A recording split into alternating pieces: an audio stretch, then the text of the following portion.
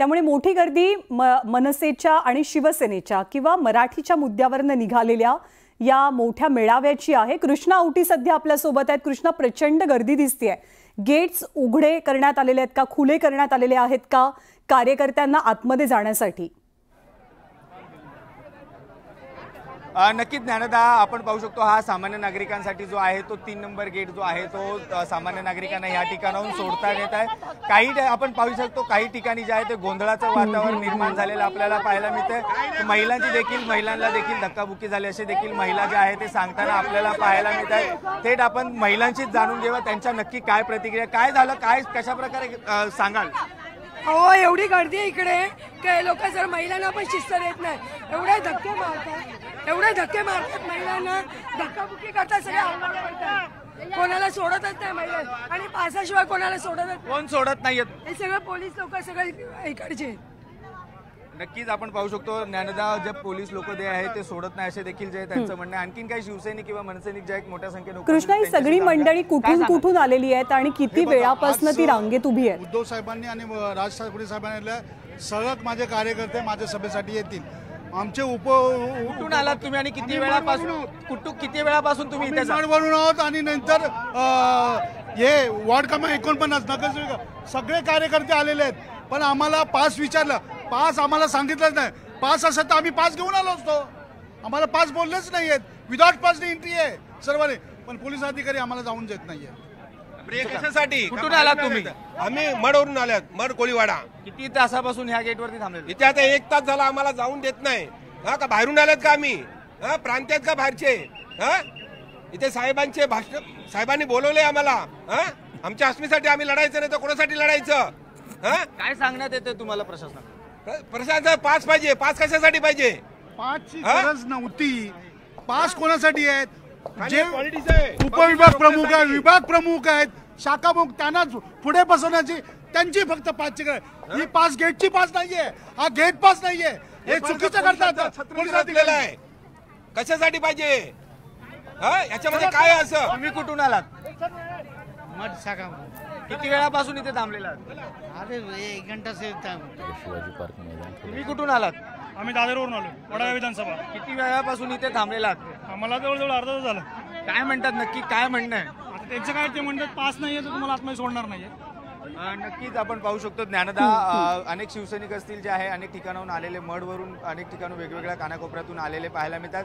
त्यांचं असं म्हणणं आहे की पास दिले नाहीये तर पास का विचारले जातात, असं देखील त्यांचं म्हणणं आहे। तर आपण पाहू शकतो ह्याच 5 नंबर जो गेट आहे आपण पाहू शकतो बंद करण्यात आलेला आहे। मोठ्या संख्येने जे आपल्याला गेटला सर्वीकडे जे आहे ते शिवसैनिक असतील, मनसैनिक असतील आणि मराठी माणसं जे मेळाव्यासाठी आलेले आहेत ते देखील आपल्याला चहूबाजूने पाहायला मिळतात। त्याचबरोबर पाहू शकतो ज्या गेटच्या आजूबाजूला जे आपण पाहायला गेलं तर संपूर्ण पोलिसांनी जे आहे ते आडवे उभे राहिलेले आपल्याला दृश्यांमध्ये पाहायला मिळतात। त्याचबरोबर संपूर्ण पोलिसांनी जो आहे तो गेट घेरलेला आहे।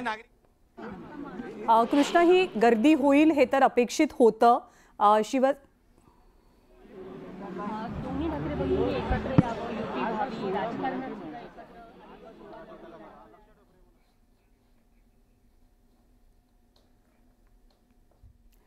तर मोठी गर्दी ऍक्च्युली उसळलेली आहे, पासेस विचारले जात आहेत।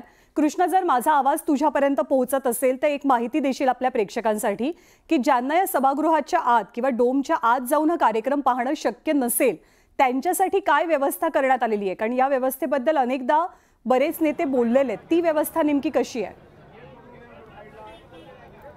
नक्कीच ज्ञानदा, पाहायला गेलं तर अनेकांचं जे म्हणणं होतं की पास आम्हाला दिले गेले नाहीये, तर पासची मागणी का केली जाते? पण पाहू शकतो काल जे आहे आपल्या माध्यमांसमोर जे पाहायला गेलं तर पासेस देखील जे आहे ते आपण पासेस देण्यात आले होते, परंतु सामान्य नागरिकांना जे प्रवेश आहे ते देण्यात येणार असं देखील जे आहे ते वारंवार सांगण्यात येत होतं, परंतु सामान्य नागरिकांना जे आहे ते आता सोडण्यात येत नाही। अडचण अशी होते की ज्यांच्याकडे पास नाही आहेत त्यांना देखील जाण्यासाठी कुठेतरी बंदी केली जाते असं देखील जे आहे ते नागरिकांनी सांगितलेलं आपल्याला पाहायला मिळालं। पास असून देखील जे आहे ते सोडण्यात येणे म्हणजे दोन्हीकडून देखील एकरूप झालेले दिसत आहेत आपल्याला। मराठी भाषेने आपल्या सगळ्यांना मोठं केलेलं आहे, त्या भाषेसाठी काहीतरी देणं आपलं लागतं, ही एक भावना सर्वांच्या मनात। मराठी मायबाप रसिक प्रेक्षकांनी आशीर्वाद दिलेत, आम्ही कामं करतोय आणि ज्या पद्धतीने ह्या सगळ्या गोष्टी होत आहेत, आज हा सोहळा पाहताना बुरे सर आले। हा सोहळा अनुभवण्यासाठी आलो आणि तो मला असं वाटतं की काहीतरी छानच होईल. छान होईल. तुमच्याही मनात आहे की दोन्ही ठाकरे बंधूंनी एकत्र यावं? आज तो पाहूया ना काय होतं. इच्छा काय तुमची? तुम्ही एक मुंबईकर आहात आणि मला असं वाटतं की मराठी माणसासाठी आणि मराठी भाषेसाठी जे काम चालू आहे, आम्हा कलाकारांसाठी जी गोष्ट चालू आहे, प्रत्येक गोष्टीला अभिमानच वाटतो आणि आनंदच वाटतो. आनंद आहे. तर सिद्धार्थ जाधव यांचं म्हणणं की ते आनंदित आहेत आणि त्यांचंही लक्ष लागलेलं आहे की ते एका याला इथे काय बोलतायत याकडे सर्वांचं. त्यामुळे आपण पाहतो की इथे तेजस्विनी पंडित आहेत, भरत जाधव देखील आलेले. आपण त्यांच्याशी बोलण्याचा प्रयत्न करणार आहोत. ते आता इथे आहेत कारण सर्वच मराठी कलाकार जे आहेत ते इथे आवर्जून इथे एकापाठोपाठ एक आलेले आपल्याला इथे पाहायला मिळत आहेत. आज मराठीचा एकूण उत्सव जो आहे वरली इथे NSCI डोममध्ये करण्यासाठी हे सगळेजण इथे आलेले आपल्याला पाहायला मिळत आहेत. आपण थेट जाऊया. भरत जाधव यांच्याकडे आहे. आपण भरत जाधव यांच्याशी बोलण्याचा देखील प्रयत्न करणार आहोत. तेजस्विनी पंडित इकडे आहेत. इतरही अनेक मराठी कलाकार इथे आता येऊ लागलेले आहेत आपल्यासोबत. तेजस्विनी पंडित, आपण तेजस्विनी काय सांगाल तुम्ही इथे आलेला तुमची काय प्रतिक्रिया आहे आजच्या या मेळाव्याबद्दल? आम्ही इथे साजरा करण्यासाठी आलेलो आहोत. मराठीचा विजय आम्ही साजरा करण्यासाठी आहोत. राजसाहेब व्यासपीठावरती भाषण करणार आहेत, उद्धव साहेब भाषण करणार आहेत. तुमच्या काय अपेक्षा आहेत या दोन्ही नेत्यांकडनं? जे वर्षानुवर्ष ज्या अपेक्षा आहेत त्याच अपेक्षा आहेत. ते जसे मराठीच्या पाठीशी उभे आहेत वर्षानुवर्ष, तेच आजही व्हावं आणि त्यांनी मराठी आणि महाराष्ट्र याला सगळ्यात जास्त महत्त्व द्यावं इतकंच वाटतं. बाकी कशाही गोष्टींवरती, कुठल्याही गोष्टींवरती प्रतिक्रिया देण्यासाठी आम्ही तेवढे मोठे पण नाही. दोन्ही ठाकरे बंधूंनी एकत्र यावं, युती यावी अशी सगळी मराठी जनाची, शिवसैनिक असतील, मनसैनिक, सर्वांची इच्छा आहे. कलाकार म्हणून तुमची काय इच्छा आहे? कलाकार म्हणून कशी आम्ही आज इथे आलेलो आहोत आणि आम्ही दोन भावांना जे अवघा महाराष्ट्र दृश्य बघायला असुसलेला होता ते दृश्य आम्हाला आज दिसणार आहे आणि तेच बघायला आम्ही आलेलो आहोत. तुम्ही फिल्म या माध्यमातला आहात. फिल्ममध्ये आपण पाहतो अनेक चढ उतार सगळं काय पाहायला मिळतं. गेल्या 20 वर्षात देखील शिवसेनेमध्ये, मनसेमध्ये अनेक चढ उतार पाहिलेले आहेत. आज कुठेतरी आनंदाचा सोहळा आणि काहीतरी एक चांगला क्लायमॅक्स, दी एंड खूप चांगला असतो मराठी सिनेमामध्ये, हिंदी सिनेमामध्ये. तसा दी एंड इथे खूप चांगला होईल का? म्हणजे अशी अपेक्षा आहे. नक्कीच एक समाप्ती जी आहे ती चांगली आहे, पाहायला मिळेल आणि या मराठी सोहळ्यामध्ये आपल्याला एक आनंदाचा क्षण जो आहे या ठाकरे बंधूंकडनं अनुभवता येईल. आणि एकूणच आपण पाहतोय की मराठी एकूणच क्षेत्रातील सर्व कलाकार जे तिथे आलेले आपल्याला पाहायला मिळतात. आपण यांच्याशी भरत जाधव यांची काय सांगाल तुम्ही स्वतः इथे उपस्थित राहिला, काय प्रतिक्रिया तुमची? अरे चांगलीच प्रतिक्रिया आहे. मराठी भाषेबद्दल, मराठी माणसाबद्दलची प्रतिक्रिया जी लागते सर्वसामान्य माणसाची, तीच माझी प्रतिक्रिया आहे. मराठी भाषेसाठी आज तुम्ही सगळे कलाकार एकत्र आलेले आहेत. मराठी भाषेने आपल्या सर्वांना मोठं केलेलं आहे. काय प्रतिक्रिया होती मराठी भाषेबद्दल आपली? अरे आज जो काही मी आहे ना मराठी भाषेमुळेच आहे, त्यामुळे मला तर अभिमान आहेच, असणारच. यापुढे आमच्या सगळ्या रसिक प्रेक्षकांना पण अभिमान आहेच.